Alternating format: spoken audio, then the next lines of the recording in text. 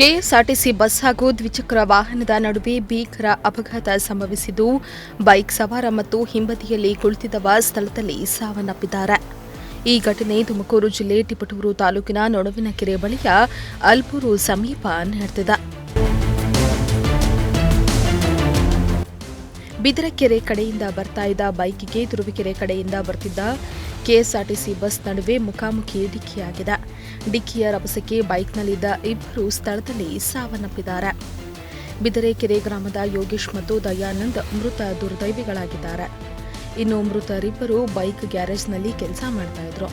ಘಟನಾ ಸ್ಥಳಕ್ಕೆ ನೊಣವಿನಕೆರೆ ಪೊಲೀಸರು ಭೇಟಿ ನೀಡಿ ಪರಿಶೀಲನೆ ನಡೆಸಿದ್ರು. ಈ ಸಂಬಂಧ ನೊಣವಿನಕೆರೆ ಪೊಲೀಸ್ ಠಾಣೆಯಲ್ಲಿ ಪ್ರಕರಣ ದಾಖಲಾಗಿದೆ. Bureau report, Prajashakti TV, Tumakuru.